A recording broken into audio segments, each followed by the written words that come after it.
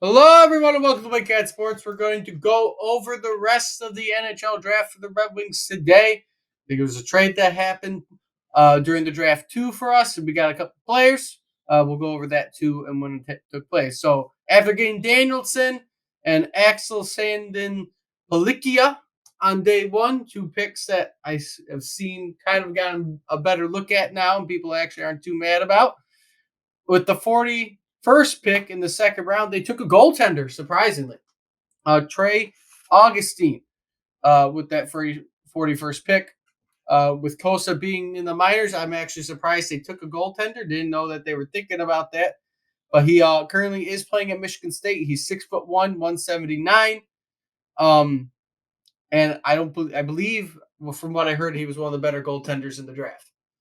Well, I heard he was considered the best goaltender in the draft. So, I mean, the NHL draft isn't something that, unless you're some kind of super hockey nerd, these players are just you have to rely on Steve Eisenman. You got to rely on the scouts and just trust in them. And we'll know in a couple of years if these guys are the real deal or not. Um, Even somebody like, it might be sacrilegious to say, even somebody like Bedard, you just don't know. I don't. There's no guarantee with them. It's you just have to rely on watching these guys develop. You're drafting them at a very young age and looking at potential. And so far, Steve's had a pretty good draft record at that. So I have no problem. I like the first pick, two-way guy. Goes that seems to be something he likes. They got size. I didn't know much about the Swedish defenseman, Palika, but from what I've read, from what the reaction is from nationally, he's supposed to be amazing from an offensive side of the ball. He's from the offensive side.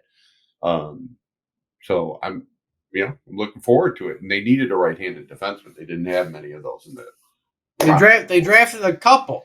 So after they drafted Augustine, who has also been on the Youth USA team, they think that he just wasn't as sought after because of his size. He's a little short, I guess, in the sense of goaltending.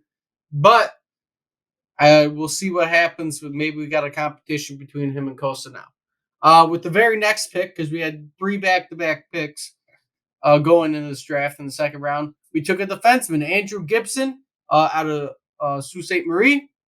He played for the Greyhounds. He is a Canadian defenseman. He is a right-handed and he is 6'3" at 198 pounds. I haven't heard much. He is a smooth skating defenseman. He's a two-way defenseman as well. He made a positive impact while he was on the Greyhounds in Sault Ste. Marie. He was on Canada's under 18 team too, so that might be a pretty good pickup on the back end there as well. Yeah, I hear he's pretty physical too. North American player. What we need a little chippiness. We need some guys who are willing to, delve off the big hits. So after that, we traded our next pick to the Nashville Predators. Not Nashville Predators. We got it. To the Predators. We traded that pick to the Predators, and then we moved down a couple slots. But around that time too, we also had another trade go through where we picked up 2 wingers from Edmonton. We all gave us up was future considerations. We got Kaylor Yamamoto and Klim Kostin. 2 guys. Yamamoto is coming off of not the greatest year. They're both previous first round draft picks. He did have a 20-goal season the other year.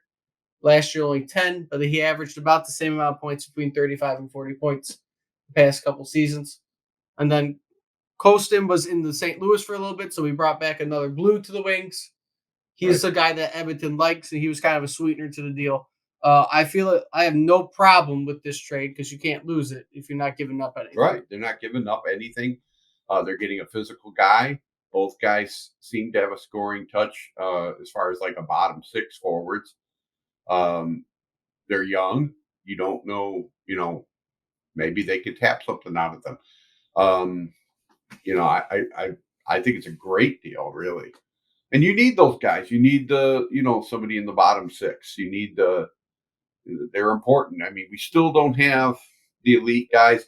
And I was, like everybody else, pretty upset that we didn't make any deal for DeBrincat.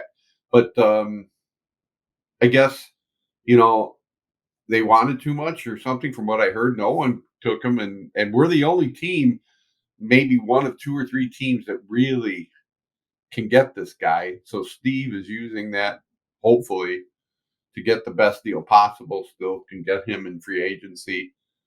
Still can make a deal for him, maybe with the number one pick that we got from Boston next year. We'll see about that. I don't know if I don't think we're going to go after him. I think we're hitting free agency with who we got and just trying to sign wherever we fill holes. Right. With the pick that we got at 47 from Nashville, while gaining that extra pick, we drafted another defenseman. They took 4 total defensemen in the draft this year. That's 2 lines, basically. He is 6'4", 210, a left shooting defenseman. He was playing on the U.S. national under-18 team last year, Brady Cleveland. So, from what I see, I don't see any problem with him either. I want the defense to be stronger. They need a stronger defense. Drafting a bunch of guys to play at the same time. 2 of these guys should be up and hopefully are decent defensemen out of the 4 you drafted. I don't see any reason why he might not be one of those 2 that are good. Right. I mean, I love the size. Looks like they're stocking up on the D, at least in the prospects and the minors and stuff, and trying to hit on a couple. Because that's basically what it is. You draft these people, and hopefully a couple of them will turn out to be what you want. I Again, it's strange. Like I said, I don't know how. Maybe from what we see in the playoffs, it looks like it's a very physical game in the playoffs. And you need those guys who bang around. In the regular season, not so much. Maybe speed is more important. But like I said, we'll see if these guys work out. Right. I don't know much about Brady Cleveland other than he's big and. Yeah, with the next pick we got in the 3rd round, pick 71, I believe, we got Noah Dower Nielsen. He is a Swedish winger, dash center, 6 foot, 183. He's probably going to be good on the line with our other Swede guy that we picked up on defense. Plus, you pair him up with the young guys that we already have. I feel that he is also going to have a good chance. He had 54 points in Sweden, 26 goals. So he was doing pretty good. Yep. Yeah, I guess we got to get these guys in the later rounds. We got to hit sometimes. I know a lot of people say, hey, these guys who are taken in the later rounds, chances of making the NHL are slim to none. But we've had luck in the past doing this, and I got to hit once in a while. And this guy sounds like a guy who might be able to hit. So rounding out the draft, I don't got too much details on the rest of them. We got Larry Keenan. He was another defenseman that we took with 117th overall. Like I said, we're gearing up on the back end there with a defenseman. As we get into the later rounds, it's not as likely we see these guys as fast. We'd also got 2 more defensemen, Jack Phelan, 2 on the back end. And then rounding out, we got Kevin Bicker with number 47. He is another forward. I believe he was the German guy I talked about, right? Right. Rudy Guman, I think is actually that's the goalie. We picked up another goalie later on. He's kind of going to be more probably a project. I feel like they're kind of going to see what they can get with what they got. Maybe they can get one of them to be really good. Pair up with Kosa if he's doing well and have a good goaltending tandem for a few years between the 2 of them. Maybe able to trade one of them eventually. And then ending with Emmett Finney, another center with the 201st pick of the draft. Overall, I don't think it's a bad draft. They did pretty well in the beginning towards the end, right? I don't know why you drafted 2 goalies. I don't know why that was necessary. But overall, not that bad. Well, right. I mean, we're trying to hit on one. If one of these 3 goalies in the minors turns out to be the guy, then that's great. That's all you can ask for. Trying to, because we didn't have anybody other than probably Kosa down in the minors. Yep, Costa's the only guy. So you got to have some competition. You got to do the best you can to stockpile those things. And if one of them looks good, use them in trade bait. When we made our last video and stuff, it's hard to take Steve Yzerman at face value because he's so matter of fact, and he doesn't seem to have any sense of urgency about this team. 4 years into his, regime, and you hope, like I said, you can't be up front that everybody knows your plans, and hopefully, this is just the face he's putting on.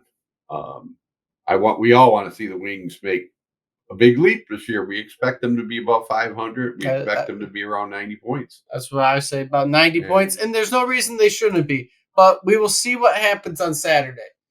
Right. Mostly the weekend. Once free agency opens up, we'll see what his plans are and who he goes after. Well, because that can change your mindset completely on things. I guess picking up those 2 players from Edmonton, I think, was a good start.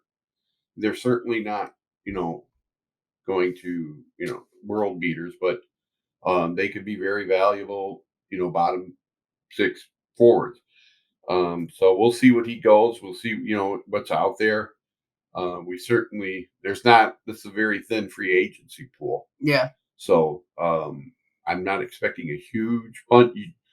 So in your opinion, you don't want to bring Cat at all. At this point, I don't think it's full. Who is your number one target then? So looking at the free agency, you're going to need to find somebody. And Timo Meier's now off the board, right? He signed his extension with New Jersey. He was restricted free agent. You're probably going to have to go after somebody you don't fully want to go after. I wouldn't mind Ryan O'Reilly just as a presence. You can go after Tarasenko if you feel like it because you have the money. But it's just now that Riley presence. Is a physical big. Is he kind of like a power forward type? Would you say a little bit? You could also go. It's going to be weird. We go after Max Domi. You have options not to spend too much money and add a little bit of flair to what you got. And you really need to get some people that are in other people's faces, right? If you really want to go after Ryan Reeves, Dumba, right? Someone who's going to piss somebody off. I'm all for that. I'm all for those. We'll see what ends up happening. Those guys aren't going to put the puck in the net. No. So who is it that puts the puck in the net? Are you looking for a power forward type of guy? Well, that's what I said. You're going to go after Tarasenko. Tarasenko. He's old though. He's going to be your goal scorer. If you really want to try and go after a goal scorer. Because there's not much going on in the free agent market. But with that being said, right, Saturday, we'll try to get a video out about what's going on, probably more or less on Sunday. About exactly any signings that the Red Wings did on Saturday. But that being said, right, if you like what you see, like, comment, subscribe, do all that fun stuff. Share the video. Until next time, hope to see everybody soon. Go Red Wings.